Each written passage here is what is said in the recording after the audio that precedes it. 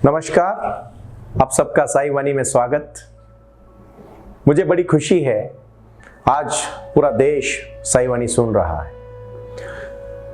पूरे विश्व से साईं बाबा के भक्त साई वाणी सुनने के बाद मुझे वार्तालाप करते हैं, मेरे साथ फ़ोन पे और व्हाट्सएप पे डिस्कशन करते हैं, तो मुझे बड़ी खुशी होती है।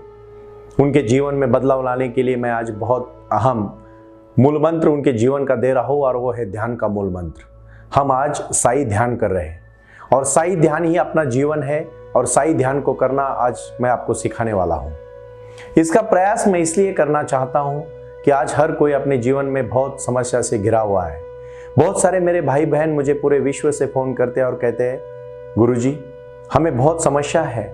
मैं एक ही बात कहना चाहता हूँ कि ध्यान करोगे सब समस्या निकल जाएगी, क्योंकि ध्यान में ही बाबा अपना आशीर्वाद देते हैं। बहुत सारी कहानियाँ मैंने आपको बताई। 3 मई से जब मैंने ये साई वाणी को प्रारंभ किया, तो मुझे बड़े विश्वास के साथ मैं कहना चाहूँगा आज कि मैं करोड़ लोगों तक पहुँच गया हूँ। लोग पूछते हैं और फ़ोन करते हैं और कहते हैं मुझे कि हमें बहुत अच्छा लगता है, लेकिन ये अच्छा लगना है ना भाई और बहनों, ये सिर्फ एक ही कारण के लिए है। सुनोगे कहानियाँ, जरूर मन में बदलाव आएगा, लेकिन जब तक ध्यान नहीं करोगे तब तक जीवन में बदलाव नहीं आएगा। मैं फिर से कहना चाहता हूँ, जब बाढ़ होती है, बहुत बारिश होती है, पानी आता है, और उसी पानी को अगर हम इकट्ठा करके रखेंगे तो पूरा साल भर हम पानी पी पाएंगे। उसी प्रकार यही कहानी से जीवन में अगर ध्यान में लाओगे तो जीवन में बदलाव ले पाओगे। अपने जीवन में बदलाव आना चाहिए, खाली सुन के भूल नहीं जाना चाहिए। फिर से मैं कहना चाहता हूँ एक कहानी के माध्यम से। आपको तो पता है साईं बाबा अपने जीवन में बहुत सारे चमत्कार कर चुके हैं, और वो चमत्कार सिर्फ उन्होंने अपने भक्तों के लिए किए हैं। वो भक्तों को कहना चाहते थे कि देख, एक बार मैं तेरा दिया जला रहा हूं, लेकिन बाद में मैं हर बार तेरा दिया नहीं जलाऊंगा, तुझे अपना दिया जलाना पड़ेगा। इसलिए कहते हैं अपदीप भव। और अपना दिया जलाना मतलब क्या होता है? एक छोटी सी कहानी यहीं से मैं शुरुआत करूंगा। भाई और बहनों, एक राजा अपने वजीर को चुनने का फैसला करता है, क्योंकि उसका वजीर बूढ़ा होता जाता है।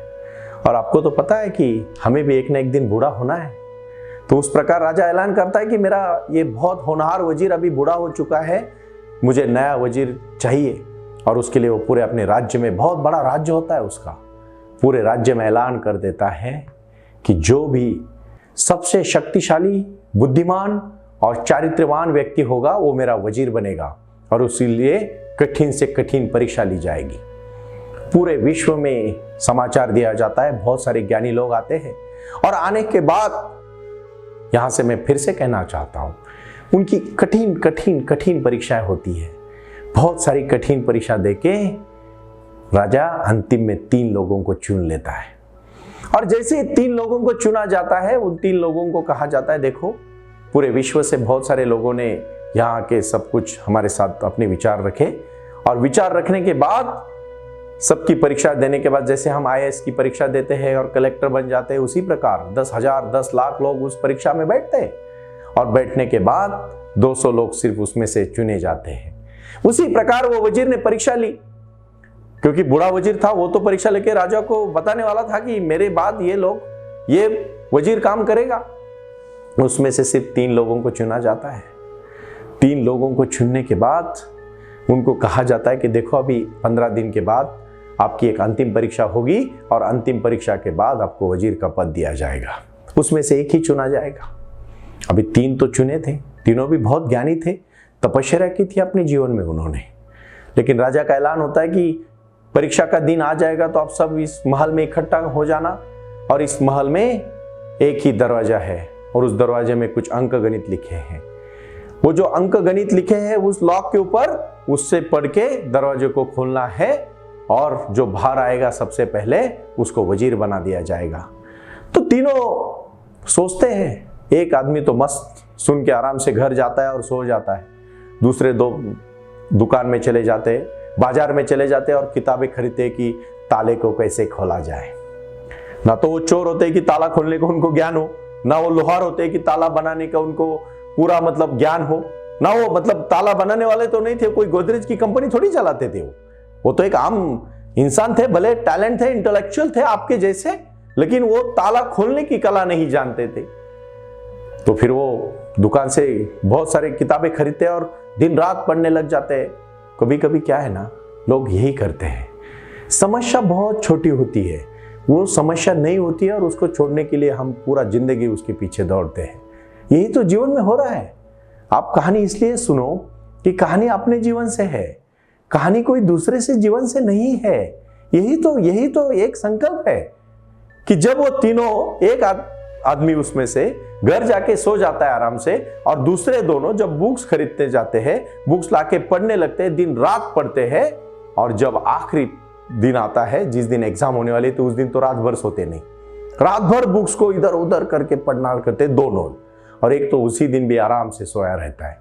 सुबह सुबह तीनों उठ जाते हैं। अभी ये दोनों तो सोए नहीं होते बिल्कुल। अभी याद करो, आप समस्या सुनो, जब आपके जीवन में कुछ बहुत बड़ी समस्या आती है, आप रात भर सो पाते हो? आप खाना ठीक से खा पाते हो? मतलब जो आपको पहले आता था वो भी आप बाद में भूल जाते हो। बेचैनी से आज तक किसी को कुछ नहीं मिला है, सच में नहीं मिला है।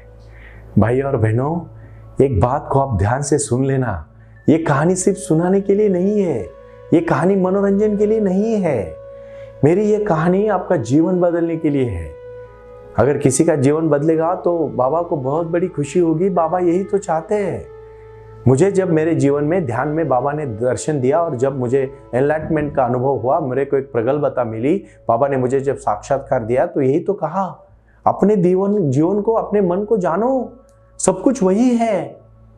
रात भर ना सोने के कारण वो दोनों सुबह तो और कमजोर हो गए, जितना उनको आता था वो भूल गए। परीक्षा में भी क्या होता है, यही तो होता है। बच्चे दिन रात एग्जाम के दिन स्टडी करते हैं, रात भर स्टडी करते हैं, दूसरे दिन आधा ही पेपर छोड़ देते हैं और बोलते हैं फिर हम फेल हो गए, और फिर कुछ बच्चों तो सुसाइड तक पहुंच जाते हैं। ये जिंदगी थोड़ी ना है। आपकी एग्जाम अगर आपकी जिंदगी होती तो फिर क्या फायदा? फिर लोग बोलते हैं कि कॉलेज ड्रॉपर भी कहां से कहां तक पहुंच गए। यही तो बात है ना, आप ठीक से समझो। और फिर दूसरे दिन सुबह वो जो सो के आराम से उठता है, वो गाना गुनगुनाता समय उनके सामने से नाच के, मस्त नाच के चलता है। वो दोनों सोचते हैं यार ये तो पागल है, शायद इसने एग्जाम देने से पहले हार मान ली इसीलिए सो के आया, और अभी तो गाना गुनगुना रहा है, शायद ये पागल हो गया एग्जाम का डर देख के। और वो दोनों, अब वो भी चलते चलते भी बुक्स को खोलते खोलते पढ़ते पढ़ते गए। फिर राजा उनको बुला लेता है तीनों को, और वजीर भी वहाँ, बूढ़ा वजीर भी होता है। राजा कहता है देखो अभी आपको महल में बंद किया जाएगा, उसमें एक ही दरवाजा है, उसमें एक ही ताला है, ताले में कुछ लिखा है, और आपको उसको छोड़ के दरवाजा खोल के जो पहला बाहर आएगा उसी को मैं वजीर बनाऊंगा। तीनों महलों के अंदर चले जाते हैं और उनको बोलते हैं कि आपको शाम तक का समय है। मतलब 10 बजे वो महल में अंदर जाते हैं और 5 बजे तक उनको समय दिया जाता है। अभी जैसे ही वो अंदर जाते हैं, जैसे ही वो तीनों अंदर जाते हैं, जो सबसे पहले वाला है फिर से आराम से ध्यान में बैठ जाता है और मस्त रहता है, मस्त, उसके चेहरे पे एकदम प्रसन्नता होती है, और बाद में थोड़ा खा भी लेता है अच्छी तरह से, और आराम से 1 घंटा सो भी लेता है। तो ये दोनों सोचते हैं यार ये सच में पागल हुआ है, इसको पता ही नहीं चल रहा है कि इतनी बड़ी एग्जाम है और इतना आराम से मस्त मौला है। क्या ध्यान कर रहा है, क्या मेडिटेशन कर रहा है, क्या बैठ रहा है, क्या खा रहा है, क्या पी रहा है, क्या सो रहा है, मस्त हंस रहा है, गाना गुनगुना रहा है। और वो दोनों तो पूरी पढ़ाई में उधर भी लगे हुए। फिर वो सब होने के बाद 1-1:30 बजे आराम से वो उठता है, भगवान का नाम स्मरण करता है, 1 घंटा फिर से मेडिटेशन करता है, और सीधा उठ के बाहर दरवाजे को खोल के बाहर चला जाता है। ये दोनों पूरी पढ़ाई में लगे हुए हैं। फिर आधे घंटे के बाद राजा आता है, उसको वजीर को, उसको एक पद दिया जाता है कि तू वजीर बन के चुन के गया। बट ये राजा देखता है कि ये दोनों अभी भी बुक्स में जुड़े हैं, तो वो उधर पहुंचता है, बोलता है अरे आप आ जाओ बाहर, अभी आपको बुक पढ़ने की जरूरत नहीं है, जिसको वजीर बनाना था उसको तो मैंने बना दिया। फिर ये दोनों देखते हैं ये क्या हुआ, ये कैसे हुआ। एक बात आप ठीक से समझ लीजिएगा, वो खा पी रहा था, वो सो नहीं रहा था, खाली वो ध्यान कर रहा था। शांत मन, पहले जानो समस्या है क्या। वो महल था, उसको लोहे का दरवाजा था, लेकिन उसके ऊपर जो लॉक था वो सिर्फ अटका हुआ था, लॉक तो खुला ही था। जीवन में समस्या है ही नहीं। बहुत सारी समस्या शांति से सोचोगे तो वो दिखती नहीं है। शांति से सोचना मतलब साई ध्यान करना।